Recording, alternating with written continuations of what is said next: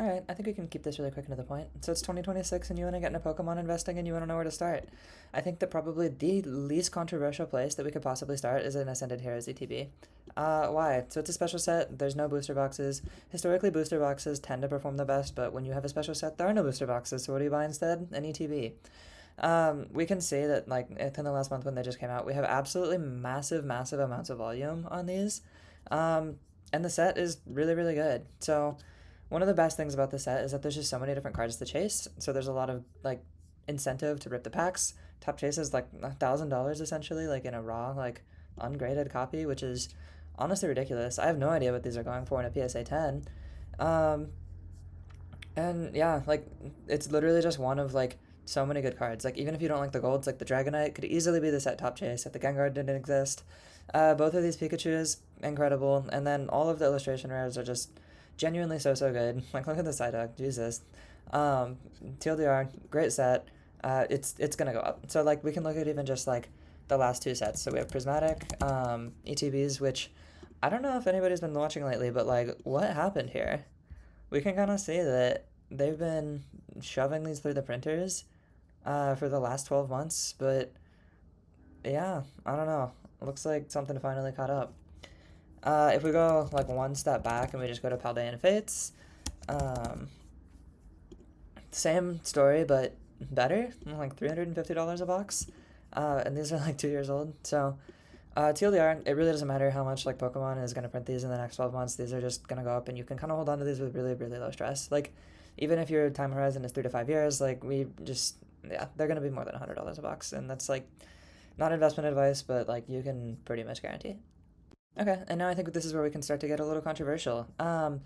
If I were putting money into Pokemon right now, I probably wouldn't buy Scarlet Violet. I think that the booster boxes are honestly really expensive, which isn't even really a hot take. Like what are Destined Rivals right now looking at? And I know Destined Rivals is like a little bit silly because something like totally irrational has happened with the price of these. But these are gonna get reprinted at some point. I wouldn't buy these now at $500 a box. Like you can buy Lost Origin for $200 more. And objectively, I kind of think Lost Origin is a better set. Destined Rivals never really did it for me, but like that's not really the point of this. That's a spoiler. Um, yeah, so the problem is that Scarlet Violet boxes got really, really expensive really, really quickly. And the Sword and Shield era is kind of stagnated a bit.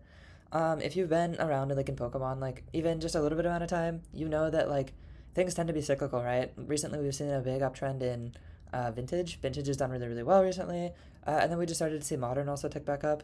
And then you kind of have like the mid-era sets, like the XY, like Black White, stuff like that. All of those have skyrocketed.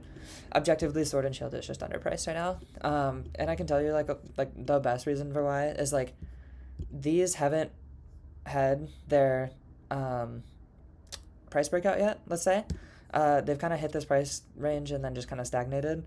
But Pokemon, especially booster boxes, tend to move upward in blocks. It's like it's stepwise. You'll see things kick upward with like a big repricing, stagnate for a bit, big repricing, stagnate for a bit. Look where we are on the curve.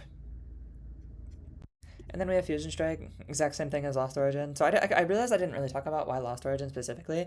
So I think that if we look at top sets of Sword and Shield, what people were actually interested in, what people were actually ripping and chasing, it's going to be probably Fusion Strike, Lost Origin, and then obviously Evolving Skies. Fusion Strike is huge because of this Gengar VMAX right here. This is one of the most like iconic cards of the era. Lost Origin has something similar with the Giratina. Oh, and I'll just pull that up really quickly. Um, Anyone who's around for the Scarlet Violet era, sorry, Sword and Shield era, knows that Giratina, Gengar, and then obviously the Moonbreon are kind of the top three. Those are sort of the iconic cards of the set, and it's just what people think of. And what we've seen time and time again with Pokemon is that it's always like the blue chip, cream of the crop, best of the sets that tend to do the best. Evolving Skies is already sort of priced out of most people's like budgets or what people are comfortable with. Fusion Strike, Lost Origin are going to go the exact same way. Fundamentally, these are like $2,500 boxes. Um, they're hanging out a thousand, less than a thousand. I think Lost Origin is honestly like a great deal right now at 700. But these will reprice. These will go up to the 2,500. You'll see them hit the same ranges as Evolving Skies.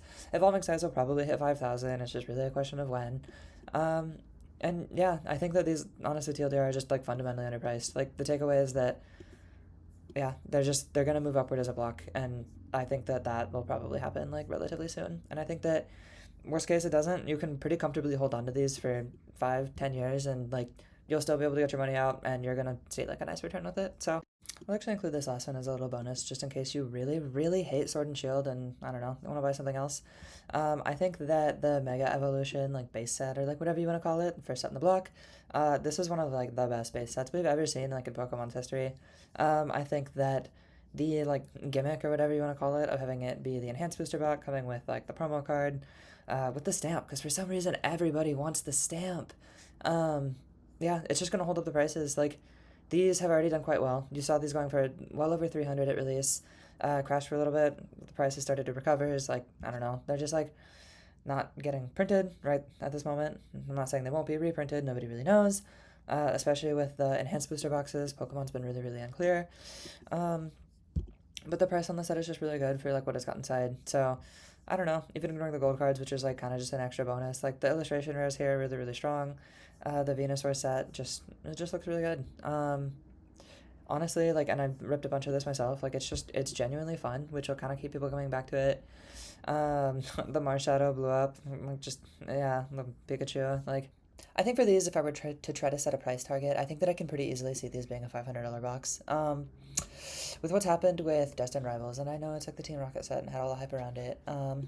It shows that there's a really easy price floor for Pokemon to find these days. And I think that when you buy like a set that's just fundamentally good, it's really easy just to believe in it, and there's really like no stress, right?